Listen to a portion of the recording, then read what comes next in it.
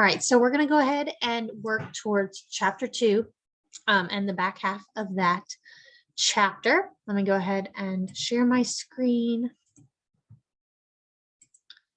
And we're going to start from here. All right, so moving past kind of some of those earlier scientists, we got into really how we came about with this social construction of sexuality. And so Berger and Luckman were the first to really discuss social construction.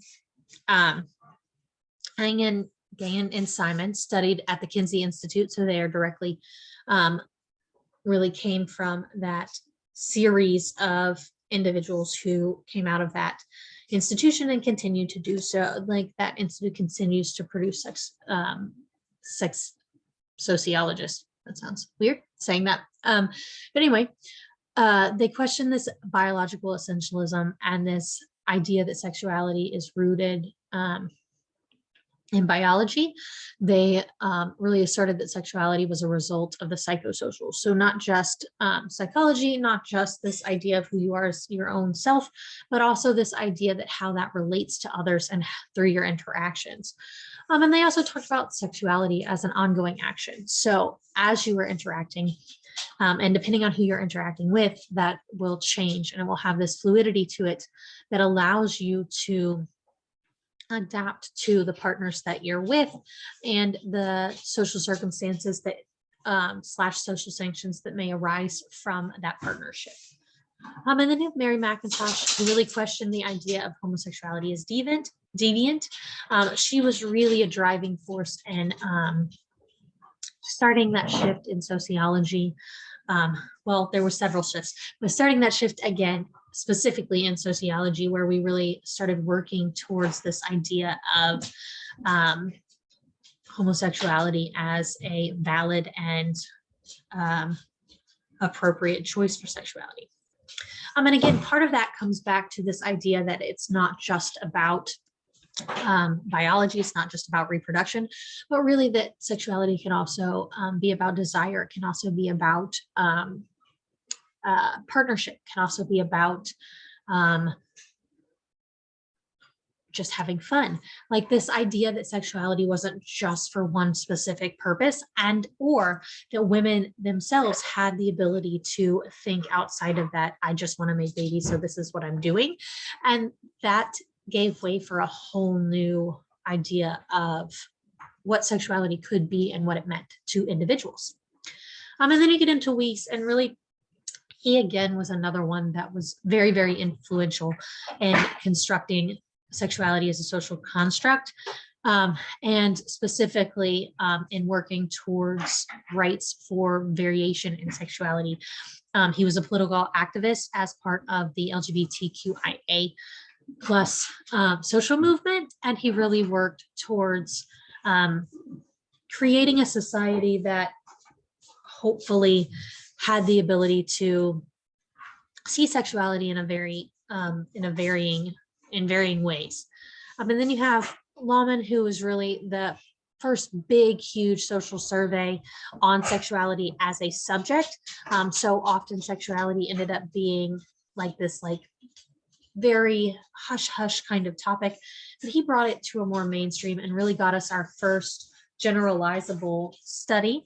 And that was in 1994.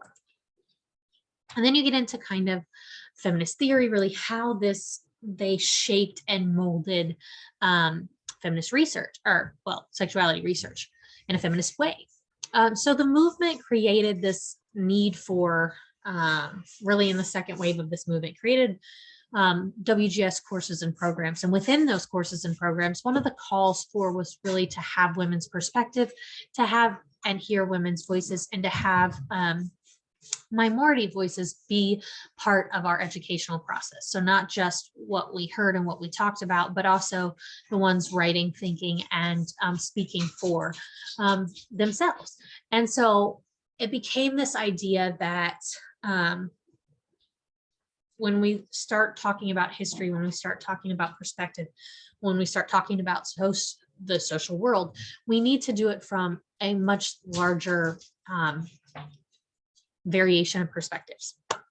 And with that, they really argued that the personal was political. So when we talk about political persecution, when we talk about some of the social outcomes that it came to have some of these identities that were not necessarily that ideal norm for sexuality, what that meant for those individuals within their society and what that meant for them as marginalized people. And so these studies were focused on social control. They were focused on gender's relation to sexuality, which we're going to talk about in our next chapter. They really worked on this idea of intersectionality, which is really important and something that I really want you to take note of. Intersectionality is that idea that we don't just carry one particular identity at a time. So we're not just female in a situation, we're not just male in a situation, but we're also white or persons of color or a nationality, or an immigrant status, or a disability status, or a queer status. All of these status in any given social interaction, those intersections of those identities can create very different experiences.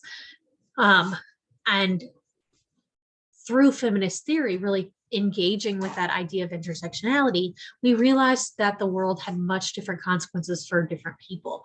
And so we really wanted to focus in on some of those intersections. And we're going to do that a lot as we move forward through these chapters. It also talked about this idea of heteronormativity, which is this idea that being straight was the ideal norm, that being straight is allotted a certain amount of privilege within our society, and that in being anything outside of that norm, there are obstacles and opportunities that you do not have. And it really talked about women as being objectified, and really objectification in general, whether it be for women as a broad scope, whether it be for particular types of women in particular types of ways, and that intersection of how some of those other identities intersect with women to create different lenses of objectification, right? And we'll talk more about that as we get into some of these other chapters. It talked about, they were very focused in the second wave about sexual violence, and that's what got us originally our sexual violence prevention acts. Got us a lot of the steps that we see now, got us Title IX, some of those very important key pieces of legislation that moved forward. And we really started studying what those things, how those things impact humans, and really what it means for society when those things continue to occur, and how society builds in those things. And again, some of those things we'll get into in other chapters. And then really reproductive rights. So all of these things we're going to see scattered through some of our other chapters. So don't think that you have to know all the terms for every single one of these things. But I definitely want you to focus in on this idea of intersectionality, because as we move through all of these other topics, intersectionality is going to be a theme point. They definitely, again, wanted that research to be at a standpoint of women by women. And I gave you a large list here of feminist scholars that started to shape and mold the world around us, and WGS study, and also the study of sexuality. Any of these humans are going to be amazing. I will also draw your attention to Audre Lorde, Bell Hooks, Catherine McKinnon. Really, any of these are really good people to read. Adrienne Rich, several of these you're going to see mentioned again in your pieces. And I think a couple of them I have options for you to read in some of the extra optionals. Bell Hooks is also somebody to know, just because if you live in Kentucky, she is from Berea. She is an amazing scholar. She just passed away a couple of months ago, but she is incredibly key and important to our understandings of those intersections of women and race and geography, particularly Appalachia. And she is not only an amazing scholar, but she's also an amazing poet. And so depending on which way you want to examine that world, she does a great job of not only with her poetry, but also with her academic pieces as well. Feminism is for Everyone is probably where I would give you as a starting point for a book to read. It's fairly short, but it's impactful and very meaningful. And she wrote it a very long time ago. When we talk about intersectionality, again, you're going to talk about Kimberly Crenshaw as that person that kind of coined that idea. But in sociology, the person that we see it utilized the most with is Patricia Hill Collins. And again, she will be mentioned undoubtedly throughout our section on violence and our section on probably reproductive rights, possibly too. But I will probably use both of these names regularly as we talk about intersectionality. And then another feminist theorist that we talk about, that talks about in the book, and that is very important, is Michael Foucault. And he really worked heavily in this idea of social control and power dynamics. His work was talking about how how different institutions, social institutions such as education, such as the family, such as law enforcement, can use social power and influence to control bodies, to control the ability to have certain options and the ability to express oneself in particular ways. And he also talked about sexuality as fluid, again, depending on the circumstances and the amount of social control or the amount of power dynamic you have, depending on the other intersections you have. So as a white person, you might have a lot more clout and ability to express certain things about your sexuality than you would maybe as a person of color in a particular time period, and really how those social institutions intersect with that and really talk through kind of that power and control mechanism that is even within heteronormative relationships. He is very, very interesting to read. He's one of my favorite scholars to really like dig into, because it is not easy to read him, and it takes a lot of brain power to try to work through the Madrid of really deep dives that he does within power and control. So moving on to queer theory, a really big point is that queer theory and feminist theory, while having some of the same ideas, they are formed and are distinctly separate. Queer theory is the critical analysis of social construction of sexuality, particularly the ideas of the sexual binary and essentialism, and opposes gender and sexuality classifications as limiting, and instead embraces the concept of gender as sexuality as fluid and or in flux. So really talking about this idea that when we look at gender, when we look at sexuality, we don't need to do so in this very binary way, and that rejecting this binary can be a very political thing. It can also be a very natural thing, and to really, again, emphasize that idea that within different sections, within different moments in our life, and within different interactions, we look for different things, and that in it of itself is pointing to that fluidity.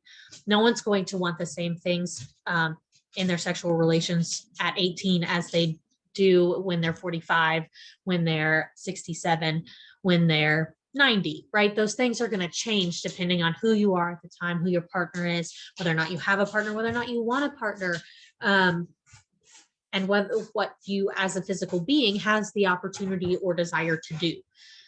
So really looking at that as this idea that fluidity has to be part of the conversation, and that is natural and normal, and that essentialism in this idea of heterosexuality and or what sex looks like is both inappropriate and just not accurate.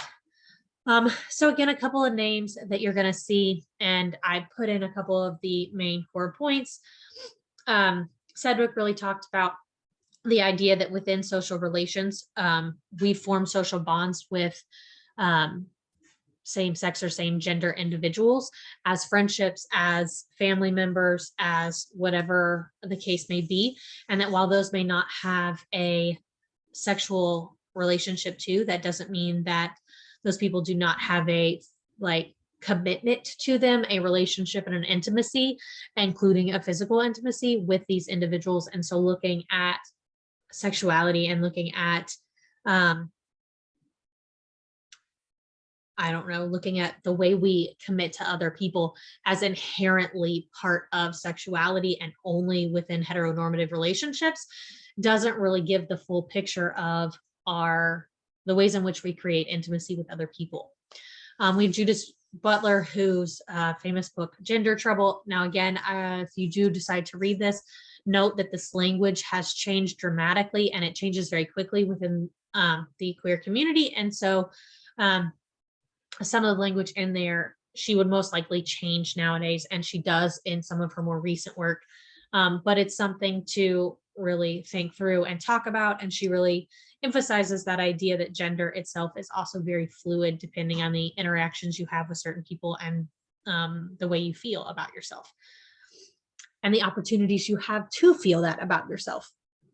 And then really talking about Shivers and this idea of polyqueer, which is getting away from that monogamy is the only option idea, and really talking about the ways in which polygamy and or polyamorous individuals can express and be romantic, intimate, and sexual. So it's those are really three big names. However, there are a lot of them, and a lot of feminist theorists also transverse into queer theory as well.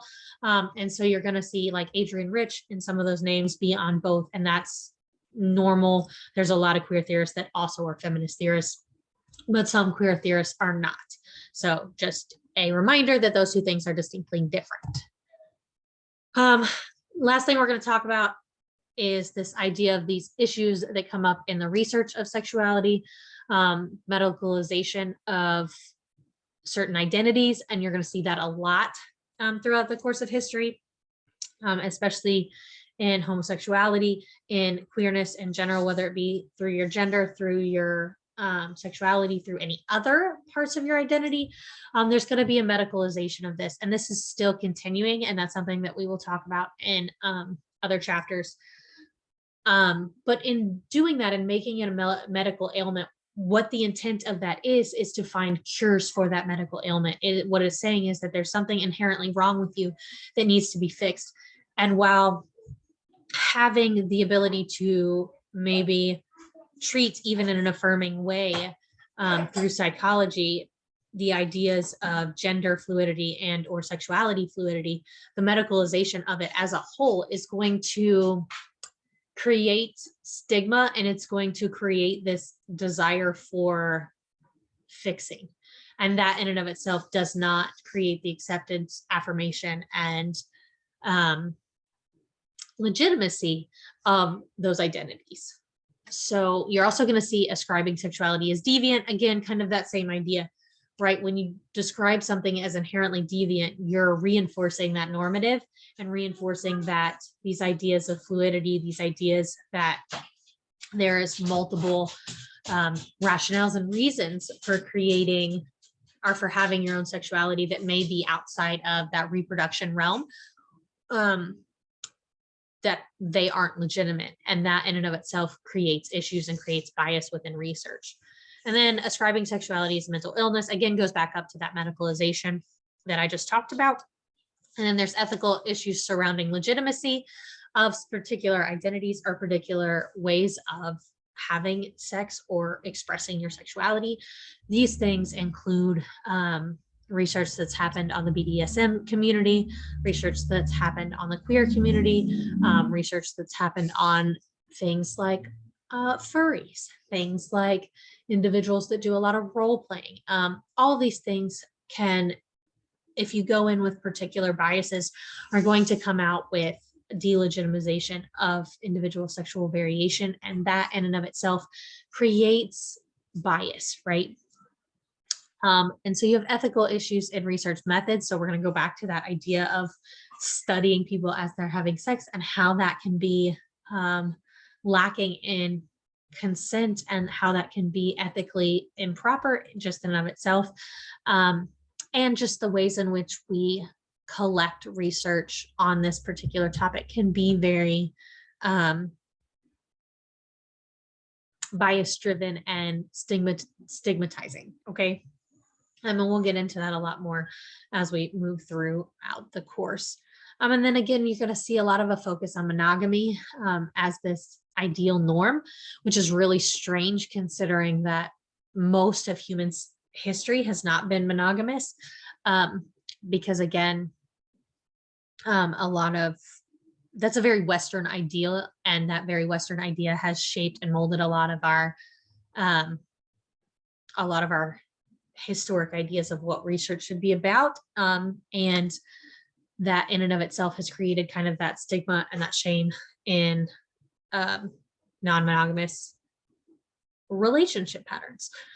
And then you also have stigma and shame being represented in sexuality research for all sorts of different delegitimizing experiences, which we have talked about in a plethora of ways in some of these other things. And then we have a really hard time getting a representative sample. And by that, I mean, sexuality is a hard thing to study because it's personal, and it's something that we have consistently talked about as something that you keep behind closed doors for a plethora of reasons. And due to that, you have a lot of issues getting a representative sample of the population in which you want to study. And so I think, yep, I think that's the end of that. So I'm going to stop sharing my screen. I hope that that made sense. If you have any questions, please feel free to ask. And we will get on to chapter 3. Computer's messing up.